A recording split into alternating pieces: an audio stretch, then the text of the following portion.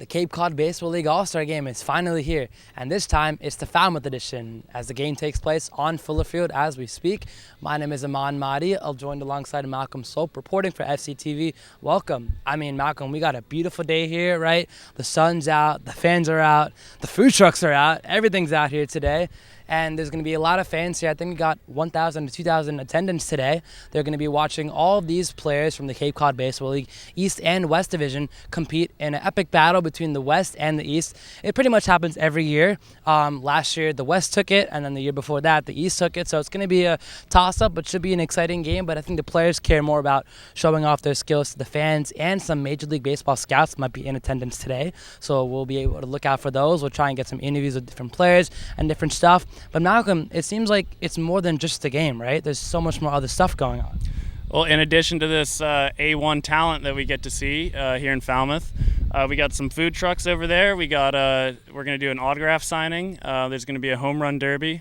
So lots of festivities for all the kids, and it's really a full day activity for all these fans. Oh yeah, it's going to be a lot of fun. I'm eyeballing the hot dog stand right now, which I'm definitely going to go to right after this. I don't know about you, Malcolm, but I'm sure craving some food here, which would be great to have. And the home run derby is going to be cool. And there's just so much festivities to do, and the vibe is amazing. And even though we're here a little bit early, it seems like the crowd is already filling up a little bit. You can see the players warming up. So we'll definitely try to get some interviews with them and keep you all updated throughout the day. So make sure to stick with us. I'm here with Richard Smith with Smitty's Ice Cream, and how's the day going for you so far? It's going pretty well. We're ready for a big day down here in Falmouth. The All-Star Game is coming up at 6 o'clock tonight. We're ready to sell some ice cream. All right, and what's Smitty's Ice Cream? Where is this? Where are you guys coming out from? Smitty's is in Falmouth, Mashpee, Sandwich, and also East Orleans. Been in business 33 years and selling a lot of cones. Well, we love to see local people out here making everyone's day a little bit better with some ice cream, right? I hope so. And what are you most excited for today? Well, the weather's beautiful. We got a home run derby coming up at 4 o'clock. A good game. Hopefully we have a big crowd and we sell lots of money. Make lots of money. All right. Well, thank you very much. All right. Thank you. So what are you doing here? Well, these are trophy bats. They're for the Cape Cod League All-Star Game. These are once a year. These bats right here are training bats, which we do all year long. And it's all based on math. If that's the baseball right there, okay, when a player goes to swing, he has to make contact on the x-axis, which is horizontal in math, right? So any deviation from that mark right there, which is based on physics, not my opinion, you'll get less results when you hit the ball. Then if you go and you hit it vertically in the wrong place, you're either going to miss it, you're going to pop it up, or you're going to hit a ground ball. The reason for the flat spot is a lot of players can get to that spot on a bat, but what they do before they get there, they roll their wrist. And when they roll their wrist, this becomes straight and they have no power. And it's Wedge Bats? Is that the company? No, the name of the company is Axis Sports. It's actually Axis Sports, not Axis Bats, but it's axisbats.com is the website.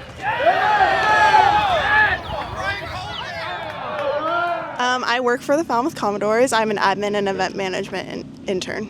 Nice. And what's different about today? What's different about today's event? I think it's really special just because we bring a lot of different players and fans from teams, and so it's just kind of really special. And it's at the Gov, so it's just even more special for a Falmouth fan.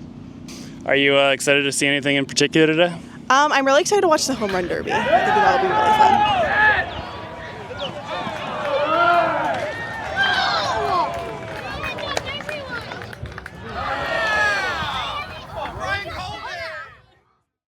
My name is Ben Ziegler-Moa. I play for the Orleans Firebirds, and I'm an outfielder.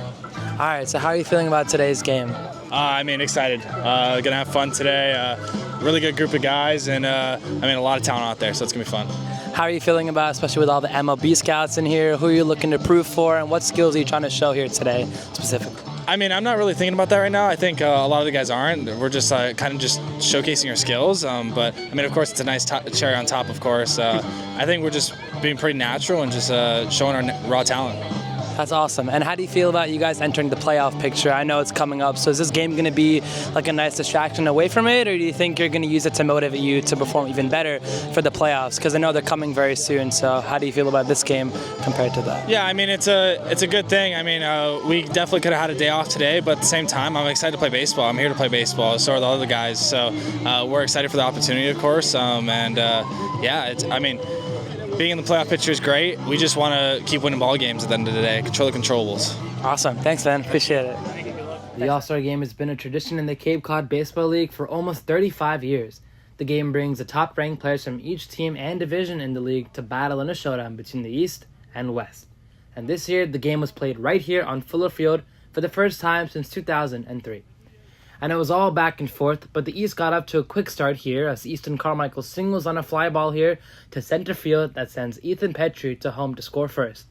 Carmichael leads the Red Sox in hits and RBIs, while Petrie sits at the top of the league with the highest OPS. Both these guys are just straight all-stars. But the West responds pretty quickly as Braves batsman Ethan Conrad doubles on a fly ball here to left fielder Ashton Larson. This hit gives Tristan Gray the first run for the West, but a throwing error by Larson allows Conrad to sneak into third base and eventually run home to take the lead. The game was within a very tight margin for the next few innings and was in fact all tied up at 4 apiece. But the East began to pull away here in the 5th as Whitecaps all-star Dumas Snow strikes again, smashing the ball over the gates to score a home run. This also sends Carmichael all around the bases, and it puts the East up by 2. And the East continues dominance into the 7th inning as Caden Kent singles here on a line drive to right field that allows none other than the Carmichael to reach home base to lead the West by 3. The East would add one more run to their total at the top of the 8th that leaves the score at 8-4. Now, moving into the bottom of the 8th, bases loaded, the West trying to figure out an answer that can bring them back into this game. And who else to find that answer than Wareham's Johan Deserault. He knocks this ball sky high, and it looks like it's going to be caught, and J.D. Rogers is looking at the ball, but he drops the catch. As he goes to pick up the ball, it's a party on home plate as Trent Carraway scores. Then Chris Stanfield and Sam White would hit the plate eventually. That brings the game within 1 score. And Deserault was definitely not going to finish the inning there without taking his run all around the bases. And soon enough, he was given that chance as Harbor Hawks' Eric Snow singles on a fly ball here that allows Deserault to come full circle and tie the game up at 8 apiece. The East looking to wash this West momentum away and retake the lead in the top of the 9th, but Red Sox batter Ryan Sprock grounds out here to end many chances of scoring. The East, in fact, failed to land anyone on the base in the top of the 9th. But now it comes down to this. Bottom of the inning, 9th inning, runners on 2nd and 3rd, tie game under the bright lights.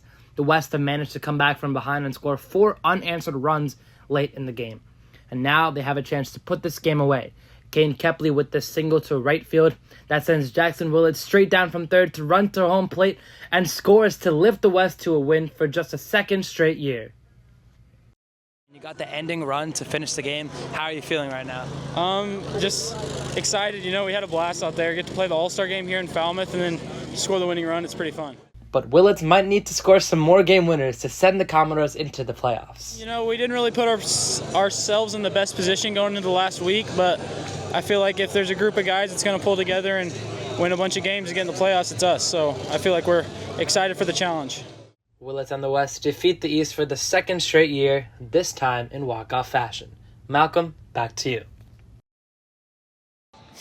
All right, thank you for that recap, Amon. We're standing here on Fuller Field. All the fans that stayed around for the end, which wasn't all of them, are slowly heading towards the exits now. It was a great game, fantastic finish, as you just saw, and the event was lovely in general. Great food, smelled great. Unfortunately, didn't get to try any, but Home Run Derby was awesome. Bunch of kids running around, competing for the home runs, taking those souvenirs home, and what'd you have to... Yeah, you stumbled on your words there a bit, but I can't blame you. We've been here for, let's say, 7-8 hours, but it was a great game, Malcolm. Like you said, the food was great. The home run derby was very entertaining, actually, seeing all of those hits from these really star-powered players, which was really cool to see. And the kids, like you mentioned, they were all gathered in the backfield waiting to catch a ball. And in fact, Malcolm went to go tape some of them, and they were all like, oh, I'm on camera, this, that. So it was really cute and adorable to see all of that. And it just kind of gives to show how much impact there is in this community and how many fans showed up. There was, what, 3,000? Yeah, by my estimates, probably over 2. Yeah, there's a lot of people. It was a lot of people. I know it was a great atmosphere, and the game as a whole, I mean, you saw in my recap, it was just back and forth, and then the sad injury that happened in the 4th inning. Oh my, Brendan Summerhill from Wareham. He took a hit to the gates back there behind the scoreboard, and he must have had some collision with his head. And he was down for 10 minutes. We were all scared out of our minds. He was moving around. He'll probably be all right. Our thoughts are with him for sure. But, ambulance came out on the field. It was a bit of a gnarly moment for sure. Oh, it was gnarly for sure. And I'm hoping that he has a speedy recovery as fast as possible. And overall, Malcolm, the event as a whole, I feel like we don't talk about it enough because the game was so good, but everything else was amazing as well. Well, it was just an absolute pleasure. Pleasure to be here. Pleasure to share it with you guys. And I'm Malcolm Swope. And I'm Aman Mahdi. Signing off for FCTV.